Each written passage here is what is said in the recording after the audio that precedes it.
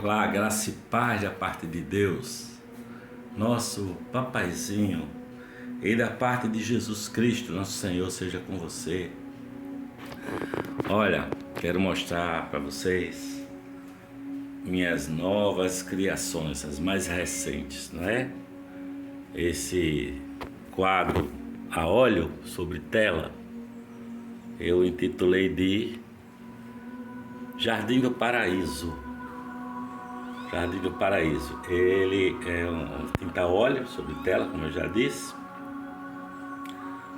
e tem 70 por 50 centímetros. Está à disposição para quem quiser adquirir uma obra minha, tá? Estou começando uma nova fase de pintura.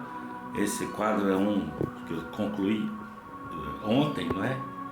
E esse aqui também concluí ontem, mas já vinha trabalhando nele há algum tempo.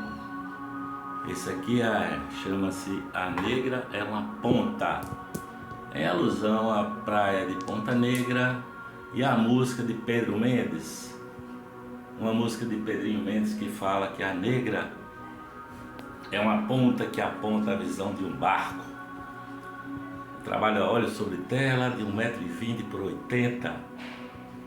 Se você se interessar por uma das minhas obras, você me liga no telefone 84988920519. Um pouquinho mais da tela para você. A negra é uma ponta que aponta a visão de um barco, como diz a música de Pedro Mendes. E estou muito feliz, muito grato a Deus por ter retomado a minha produção de pintura e ter conseguido um resultado legal com essas duas obras. Hoje eu quero ler e meditar com você na Palavra de Deus,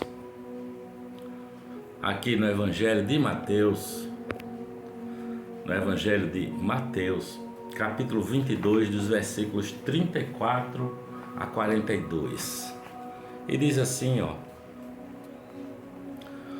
Ao ouvir dizer que Jesus havia deixado os saduceus sem resposta, os fariseus se reuniram. Um deles, perito na lei, o pôs à prova com esta pergunta: Mestre, qual é o maior mandamento da lei?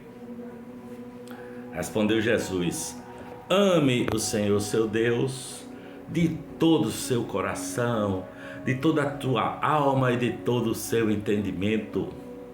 Este é o primeiro e maior mandamento, e o segundo é semelhante a ele: ame o seu próximo como a si mesmo. Desses dois mandamentos dependem toda a lei e os profetas. Estando os fariseus reunidos, Jesus lhes perguntou: O que vocês pensam a respeito do Cristo? De quem ele é filho? É filho de Davi, responderam eles. Mateus capítulo 22, dos versículos 34 a 42. No dia de Jesus havia muitos, entre aspas, candidatos a Messias, né? Por essa razão, os fariseus que viviam colocando Jesus à prova estão cumprindo a sua responsabilidade, sabe? O Sinédrio, o tribunal religioso judaico, deveria mesmo ser rigoroso assim em investigar e avaliar todo sujeito que aparecesse afirmando ser o Messias. Se nós fosse nessa época, e aparecesse o tal do Henrique Cristo, se dizendo ser a reencarnação de Jesus, esses caras também o poriam à prova, sabe? Então, sob a pena de seguirem um falso Messias, o que já havia acontecido antes, não é? Os grupos religiosos judaicos faziam seu trabalho à exaustão. Investigaram, analisaram, avaliaram e testaram Jesus de modo criterioso e detalhado. A pergunta que fazem a ele agora é sobre o maior mandamento da lei. Qual é o maior mandamento da lei? Havia um caso conhecido entre os israelitas. Certo homem se aproximou do célebre rabino Hillel e diante dele levantou uma das pernas e se equilibrou num pé só.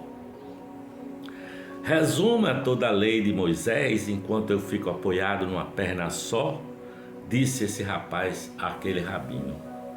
Conta-se que Hillel lhe teria respondido assim: olha, não faça aos outros o que você não quer que façam a você. Nada daquilo que você odeia faça a outra pessoa. A lei se resume nisso. Todo o resto é comentário. Os fariseus, provavelmente inspirados por essa história, colocaram diante de Jesus um desafio parecido, semelhante. Em vez de qual é o resumo da lei, eles queriam saber qual o maior mandamento.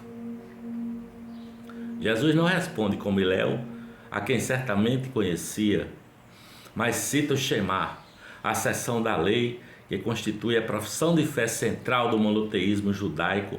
O maior mandamento é amar a Deus. Amar ao próximo pode ser o resumo da lei, mas o maior mandamento é amar a Deus. Este é o grande diferencial da religião de Israel: o amor a Deus e o amor ao próximo, a transcendência e a filosofia da vida independentes, Este é o grande diferencial, sabe? Amar a Deus sem amar ao próximo é uma pretensão que será frustrada. Amar a Deus para que consigamos amar ao próximo e amar ao próximo como consequência de nossa experiência do amor de Deus. Os discípulos de Jesus e os talmidim de Jesus vivem a maravilhosa experiência do amor, são amados por Deus e transbordam esse amor ao próximo. Eles sabem que Deus é amor. Eles sabem disso, que Deus é amor. Mente quem diz que não se importa com a opinião dos outros. É mentira que não ligamos para o que dizem a nosso respeito. Não apenas nos importamos, como geralmente queremos saber o que pensam sobre o que somos ou o que fazemos. Esse episódio mostra Jesus encomendando a seus discípulos uma pesquisa de opinião a seu respeito. Jesus quer saber o que as pessoas, inclusive os fariseus, pensam sobre ele. Em resposta à pesquisa, os fariseus disseram sobre o Cristo, o Messias: é filho de Davi. Estavam absolutamente certos, embora não atribuísse o título a Jesus Cristo. Mas Jesus não está interessado em saber o que pensam a respeito dele por mero capricho, não. Crise de autoimagem ou carência, claro que não. A preocupação de Jesus é se certificar de que as pessoas estão discernindo a sua identidade messiânica. Ele quer também solidificar no inconsciente coletivo daquela multidão e de seus discípulos a exata compreensão a respeito do Messias. Ele sabe que a sua mensagem só seria compreendida se a sua identidade fosse igualmente bem assimilada. Jesus vai além do ditado que diz: o que você faz fala alto, que mal consigo ouvir o que você diz. Ele deixa claro que não apenas nossos atos, mas nossa identidade interfere diretamente sobre como as pessoas compreendem as nossas palavras. O que somos determina o que fazemos e traz luz, ilumina o que falamos. Em Jesus, identidade, ação e palavras são realidades que caminham juntas. Jesus pretende que as pessoas não apenas acreditem no que ele diz e sejam tocadas e influenciadas também pelo que ele faz, mas que todos saibam quem ele é e se comprometam com ele. Os discípulos de Jesus acreditam no que ele diz, são afetados pelo que ele faz, mas acima de tudo sabem quem ele é: o filho de Davi, o Messias de Israel, o Cristo de Deus, o Filho de Deus vivo, o nosso Senhor e Salvador. Ok? Aquele que ressurgiu dos mortos para nos dar uma nova vida para nos trazer a realidade da ressurreição para cada um de nós. Esse é o pensamento de hoje. Nós lemos o Evangelho de Mateus, do capítulo 22, versículo 34 ao versículo 42. Um pouquinho mais aqui das minhas pinturas.